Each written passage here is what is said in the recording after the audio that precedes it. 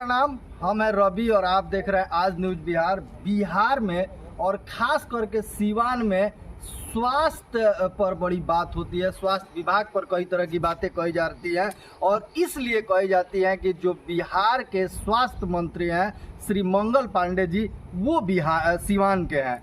और सीवान में एक दावा किया जाता है एनडीए के द्वारा कि सीवान की जितनी भी अस्पतालें हैं उनको मॉडलाइज कर दिया गया है। और इसी सिलसिले में हम खड़े हैं सीवान जिले के जीरादेई प्रखंड का यह तितरा में सामुदायिक स्वास्थ्य केंद्र है और जिसका उद्घाटन दिसंबर को संभवतः इसका उद्घाटन किया गया था।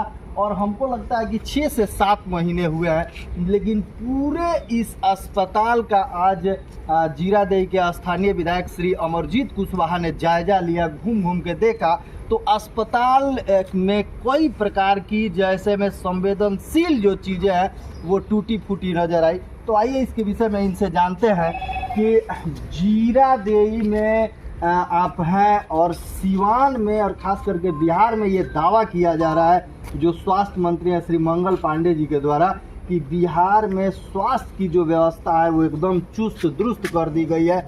आपने आज दौरा किया है, क्या पाया है?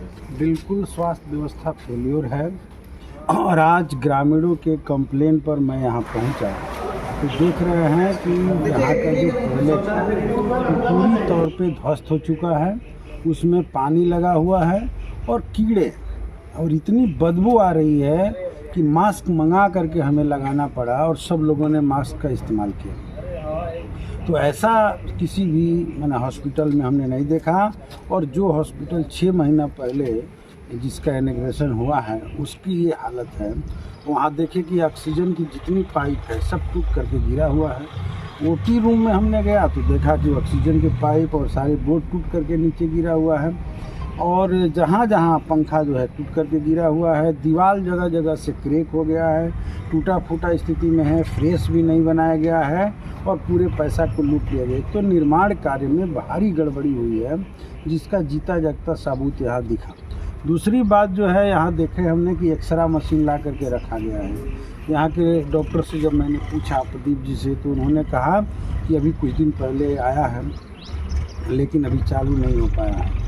तो 6 महीना पहले सब दावा किया गया कि यहाँ इतना बढ़िया अस्पताल यहाँ दे दिया गया है और एक्सरे जो है एक सामान्य चीज़ है वो अभी चालू नहीं है। वहाँ सब ऐसे ही ला करके मशीन अभी तत्काल में रख दिया गया है। ईसीजी बंद रहता है, वो कहीं से चालू नहीं है। हम देखें कि और भी जांच जितनी है, जितने तरह की किसी प्रकार की जांच नहीं हो पा रही है। सिर्फ एक चीज़ जो प्रसव वाला विभाग है उसी में हमने देखा कि थोड़ा सा व्यवस्था है। हालांकि वहाँ भी लोगों की शिकायत थी कि जो टेबल दिया गया है वो टेबल पर महिलाओं को काफ़ी दिक्कतें होती है, लेकिन वहीं पर मात्र थोड़ी सी व्यवस्था दिखी। बाकी पूरे अस्पताल की स्थिति बहुत जर्जर और बुरी स्थिति में है जो बिहार के स्वास्थ्य व्यवस्था का पोल खोल रहा है। और यही नहीं, कुछ दिन पहले सदर में भी मैंने यही देखा और हम लोग जब पीएमसीएच में जाते हैं तो वहाँ भी यही तमाशा देखते हैं। केवल पैसों की लूट हुई है इस सरकार के भीतर, बाकी कुछ काम नहीं।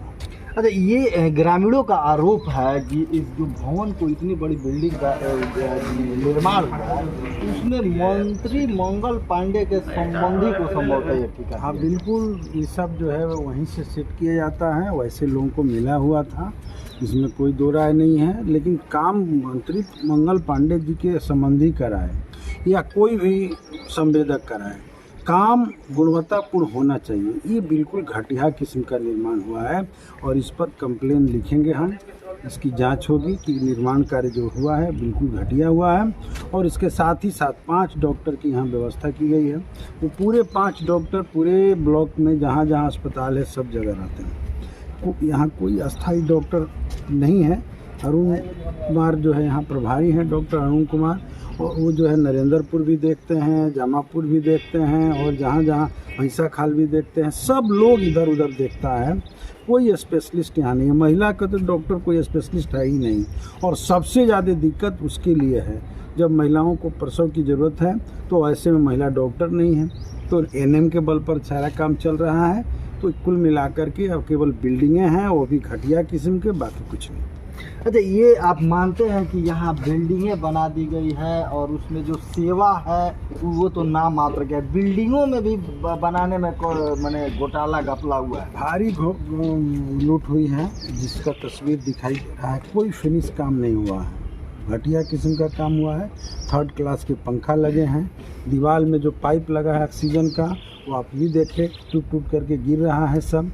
और कोई भी सीरियस पेशेंट आए तो यहाँ इलाज संभव नहीं। एक आपके विपक्षियों द्वारा ये आरोप लगाया जा रहा है कि चुनाव का समय है तो स्थानीय विधायक अमरजीत कुशवाहा जी घूम घूम के ऐसे कर रहे हैं, अन्यथा वो फील्ड से बाहर है। छोड़िए ना, विपक्षी क्या कह रहे हैं, उनका काम है कहना। यहाँ जीरादेई की जनता जो कहेगी वो ना हम मानेंगे। जीरादेई की जनता 5 साल हमको मौजूदगी में देखा है और लोगों से पूछ लीजिएगा, ये जो भी कहता है उसकी बात हवा में लोग उड़ा देंगे।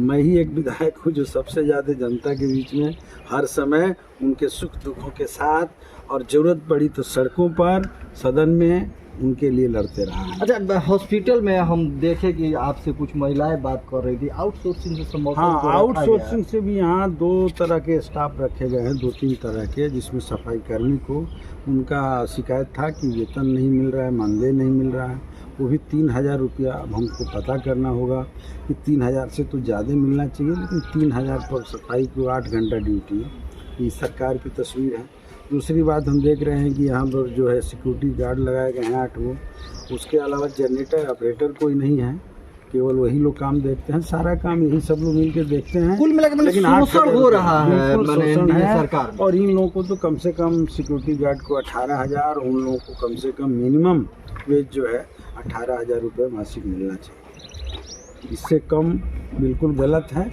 और ये लोग भी अपना समय से अपना ड्यूटी में चुस्त दुरुस्त रहें। और भी यहाँ डॉक्टर की ज़रूरत है, अस्थाई कम से कम 24 घंटा डॉक्टर रहे, एक महिला डॉक्टर अस्थाई रूप से रहे।